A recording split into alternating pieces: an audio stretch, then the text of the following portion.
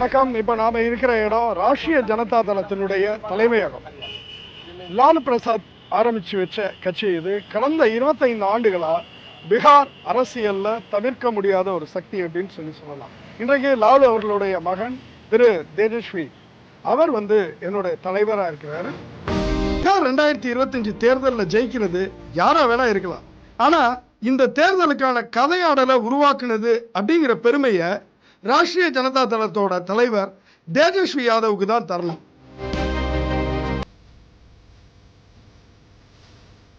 நிச்சயமா இந்த பீகார் களம் அரசியல் ஆய்வாளர்களுக்கு ஆச்சரியம் தருது. நான் ஏற்கனவே சொன்னது போல வளர்ச்சி வளர்ச்சின்னு மாநிலத்தோட எந்த பக்கத்துக்கு போனாலும் பல தரப்பு மக்களும் ஒரே வார்த்தையை உச்சரிக்கிறது உள்ளபடியே ஆச்சரியத்தையும் மகிழ்ச்சியும் தருது. இனியும் பீகாரோட இளைஞர்கள் தம் குடும்பத்தை விட்டுட்டு பிழைப்புக்காக அலைய வேண்டிய நிலை நீடிக்க முடியாது. இனியும் பீகார் புலம்பெயர் மாநிலமா அறியப்பட முடியாது அப்படின்னு தேஜஸ்வி பேசுற விஷயங்கள் தான் இன்னைக்கு எல்லா கட்சிகளுமே அடுத்த கட்ட வளர்ச்சியை பிரதானப்படுத்தி பேசுற நிர்பந்தத்தை பீகார் களத்துல உருவாக்கி இருக்கு.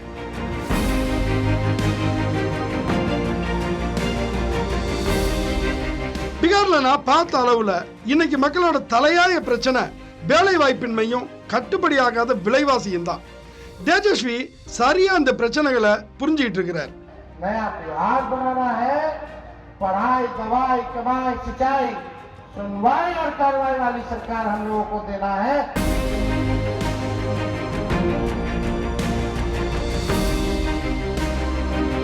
பீகார்ல 35 ஆண்டுகளா லாலு நிதிஷ் ரெண்டு பேரையும் சுற்றி தான் அரசியல் நடக்குது.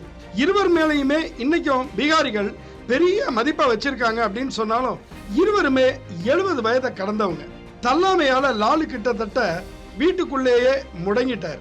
நிதிஷையும் தல்லாம ஆட்டி படைச்சு வருது. லாலுவும் நிதிஷும் இன்னைக்கு இரு துருவங்கள் அப்படின்னு சொன்னாலும் ஜெயபிரகாஷ் நாராயணன், ராம் மனோகர் லோகியா, கற்பூர் தாக்கூர் அப்படின்னு பீகார் சோசியலிச அரசியல் பள்ளியில ஒரே காலகட்டத்தில் உருவெடுத்தவங்க தான் ரெண்டு பேரும். ஆகையால லாலுவோட ராஷ்டிரிய ஜனதா தளம் கட்சியினரும் சரி, நிதிஷோட ஐக்கிய ஜனதா தளம் கட்சியினரும் சரி ஒரே விதமான சித்தாந்த பள்ளியை சேர்ந்தவங்க. நிதிஷ்க்கு ஒரே பையன், அரசியலுக்கு அவருக்கும் பெரிய தொடர்புகள் இல்லை. லாலுவுக்கு 9 பிள்ளைகள், அவர்கள கடைசி பிள்ளை தேஜஸ்வி. 1989 தேஜஸ்வி பிறந்த அடுத்த ஆண்டுல தான் பீகாரோட முதல்வரானார் லாலு. அடுத்த 5 ஆண்டுகள்ல லாலுவும் நிதிஷும் பிரிஞ்சுட்டாங்க. இதற்கு 20 ஆண்டுகளுக்கு பிறகு இருவரும் இணைஞ்சதுல தேஜஸ்விக்கும் சின்ன பங்கு இருக்கு அப்படிங்கிறதோட எப்போதுமே நிதிஷ தந்தைக்குரிய ஒரு மரியாதையோட அணுகிறவர் தேஜஸ்வி அப்படிங்கிறதுனால இரு கட்சிகளிலேயுமே அரசியலுக்கு அப்பாற்பட்ட ஒரு பிரியத்தோடைய தேஜஸ்வியை பார்க்கறாங்க. இதற்கு மிக முக்கியமான காரணம் தேஜஸ்வியோட அணுகுமுறை. பீகார்ல பிறந்தவர் அப்படின்னாலும் தேஜஸ்வியோட சிறு பிராயம் டெல்லியில தான் கழிஞ்சது. டெல்லியோட புகழ்பெற்ற பள்ளிக்கூடங்கள்ல ஒன்னான டெல்லி பப்ளிக் ஸ்கூல்ல தான் தேஜஸ்வியை படிக்க வச்சார் லாலு. தேஜஸ்வி பள்ளி படிப்பை முடிக்கலன்னு சொன்னாலும் டெல்லியோட பெருநகர கல்வி சூழல் அவருக்கு வாய்ச்சது. கிரிக்கெட்ல மிகுந்த ஆர்வத்தோட இருந்த தேஜஸ்வி டெல்லி கிரிக்கெட் அணியிலையும் ஜார்க்கண்ட் கிரிக்கெட் அணியிலையும் இடம் பிடிச்சதோட டெல்லி டேர்டெவில்ஸ் அணியிலையும் இடம் பிடிச்சிருந்தார். கிரிக்கெட்ல சொல்லிக் கொள்ற அளவுக்கு தேஜஸ்வி எதையும் செஞ்சிடல. ஆனா மிக விரைவில் அவரை இழுத்த அரசியல் களம் அவரோட பேட்டையா மாறி இருக்கு. 2009 அதாவது தன்னுடைய 20 வயசுல அரசியல்ல காலடி எடுத்து வச்சார் தேஜஸ்வி. அது மக்களவை தேர்தல் காலம். அரசியல்ல பிரவேசிச்ச வேகத்துல பீகாருடைய பெரிய தலைவர்கள் பலரையும் தனிப்பட்ட வகையில சந்திச்சார் தேஜஸ்வி. பீகார்ல அப்ப பாஜகவோட தலைமை பொறுப்புல இருந்தவர் சுஷில் மோடி. அரசியல் வேற்றுமை பார்க்காம அவரையும் கூட சந்திச்சு ஆசி பெற்றார் தேஜஸ்வி. அப்படிங்கிறது அவருடைய அணுகுமுறையை வெளிப்படுத்த ஒரு நல்ல உதாரணமா சொல்லலாம். அடுத்து வந்த தேர்தல்கள் தேஜஸ்வியை செம்மைப்படுத்திச்சு. 2015 சட்டமன்ற தேர்தலில் பாஜகவை எதிர்த்து லாலுவோட கைகோத்தார் நிதிஷ். பெரும் வெற்றியை பெற்றது லாலு நிதிஷ் மகா கூட்டணி. அதிகமான இடங்கள்ல லாலு கட்சியை ஜெயிச்சாலும் நிதிஷ் தான் முதல்வரானார்.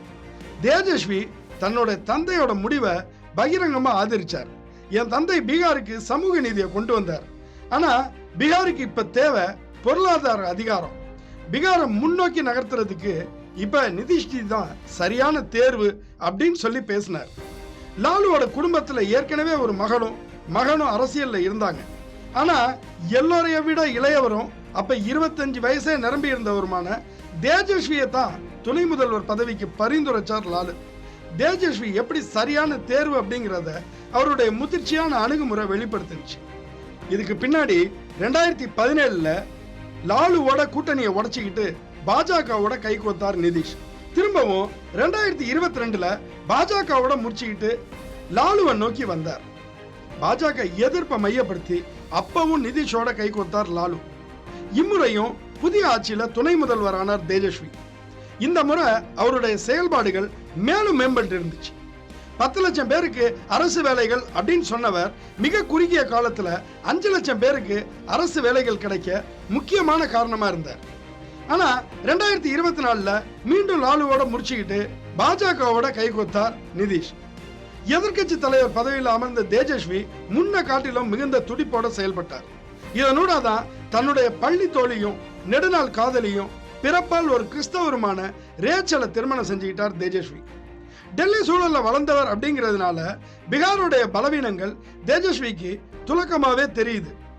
வீட்டில் ஒருத்தருக்கு அரசு வேலை அப்படின்னு தேர்தல் அறிக்கையில அறிவிச்சிருக்கார் தேஜஸ்வி. கூடவே பெண்களுக்கு மாதம் 2500 ரூபாய் உரிமை தொகையை அறிவிச்சிருக்கார். பீகார் அரசோட பொருளாதார சூழலோட ஒப்பிட்டா இதெல்லாம் சாத்தியமற்ற விஷயங்கள். ஆனா தெளிவான திட்டங்களோடையே இந்த அறிவிப்புகள்லாம் வெளியிட்டிருக்கோம், நிபுணர்களை நாங்க கலந்தாலோசனை பண்ணியிருக்கோம் அப்படின்னு சொல்லக்கூடிய தேஜஸ்வி பேசுற ஏனைய பல விஷயங்கள் சாத்தியமான கனவுகளையும் கொண்டிருக்கு. நிதிஷ்ஜிய பொம்மையாக்கிட்டாங்க அப்படிங்கிறத தாண்டி நிதிஷை குறி வச்சு கடுமையா எதுவும் தேஜஸ்வி பேசுறதில்ல. ஆனா நேரடியா மோடி ஷாவை அவர் குறி வைக்கிறார். நிதிஷ இன்னைக்கு பின்னிருந்து அதிகாரிகள் வழியா மோடி ஷாவுமே இயக்குறாங்க. நிதிஷோட உடல்நிலை எப்படி இருக்குன்னு தெரியல, அதனால அவரை பொம்மை போல இயக்குறாங்க அப்படிங்கறது தொடங்கி இம்முறை நிதிஷ் ஜெயிச்சா ஆட்சி அவர் கையில இருக்காது, மோடி ஷா கையில போயிடும். பீகாரிகள் கையில இருந்து குஜராத்திகள் கையில ஆட்சி அதிகாரம் போயிடும். குஜராத் தொழிலதிபர்களுக்கு பீகார் முழுமையா தார வார்க்கப்பட்டுரும். அம்பானியும் அதானியும் பீகாரை தங்கள் தொழிற்பேட்டையாக்கிடுவாங்க. இப்படி எல்லாம் பேசுது தேஜஸ்வியோடைய ராஷ்டிரிய ஜனதா தளம் கட்சி. பெரிய கூட்டம் தேஜஸ்விக்கு கூடுது. ஆனா கூட்டம் முழுக்க ஓட்டாகுமா அப்படிங்கிற கேள்வியும் எழுது. ஏன்னா வரவிருக்கிற காலத்து மேல பெரிய எதிர்பார்ப்போட பீகாரிகள் இருந்தாலும் பீகார் பொருளாதாரத்தை வளர்த்தெடுக்க பீகாருக்குள்ளார தொழிற்சூழல் இல்லை அப்படிங்கிறத அவங்க முழுமையாவே உணர்ந்திருக்காங்க. நிதிஷ் சாமர்த்தியமா மோடியோட உறவை கையாண்டு டெல்லியில இருந்து நிதியை கொண்டு வரார். தேஜஸ்வியால என்ன செய்ய முடியும் அப்படிங்கிற கேள்வியும் களத்துல பலர்கிட்ட இருந்து கேட்க முடியுது. தேஜஸ்வி சரியான பிரச்சனைகளை பேசுறார், ஆனா சரியான தீர்வுகளை சொல்றாரா அப்படின்னு கேக்குறாங்க. தவிர அதிருப்திக்கு மத்தியிலையும் நிதிஷ் மீது இன்னைக்கும் பீகாரிகளுக்கு மதிப்பும் பரிவும் இருக்கத்தான் செய்யுது. தேஜஸ்வி ஜெயிப்பாரா? நிச்சயமா அப்படி சொல்ல முடியல. ஆனா இந்தி பிரதேசத்துல ஜாதி மத எல்லைக்கு அப்பாற்பட்டு தன்னுடைய கட்சியை கொண்டு போகணும், வளர்ச்சியை நோக்கி தன்னுடைய மாநிலத்தை கொண்டு போகணும், எல்லாரையும் அரவணைச்சு செயல்படணும், நாட்டிலேயே தன்னுடைய மாநிலத்தை முதன்மையான இடத்துக்கு கொண்டு வரணும் அப்படிங்கிற கனவோடையும் ஆக்கப்பூர்வமான அணுகுமுறையோடையும் 35 வயசுல ஒரு இளம் தலைவர் இந்தி பிரதேசத்துல தலையெடுக்கிறது ஒட்டுமொத்த நாட்டுக்குமே நல்ல செய்தி. அந்த வகையில தேஜஸ்விக்கு பிரகாசமான எதிர்காலம் இருக்கு. பார்ப்போம்.